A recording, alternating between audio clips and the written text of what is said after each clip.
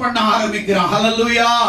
நான் இந்த இடத்துல படிக்கும் போது என் மனதுல ஒண்ணு தோணுச்சு, இவன் டெய்லி ராஜாவுக்கு சாப்பாடு கொடுக்கணும், சாப்பாடு கொடுக்கறதுக்கு முன்னாடி இவன் சாப்பிடணும், சாப்பிட்ட பிறகுதான் ராஜாவுக்கு சொல்லணும். ஆனா எப்படி உபவாசம் இருந்தான்?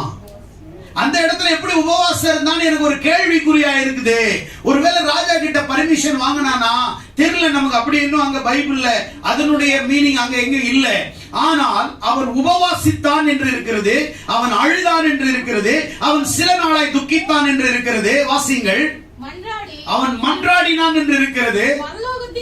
பரலோகத்தின் தேவனை நோக்கி, பரலோகத்தின் தேவனாகிய கர்த்தாவே, உம்மில் அன்பு கூர்ந்து உம்முடைய கற்பனைகளை கைக்கொள்ளுகிறவர்களுக்கு உடன்படிக்கையையும் கிருபையையும்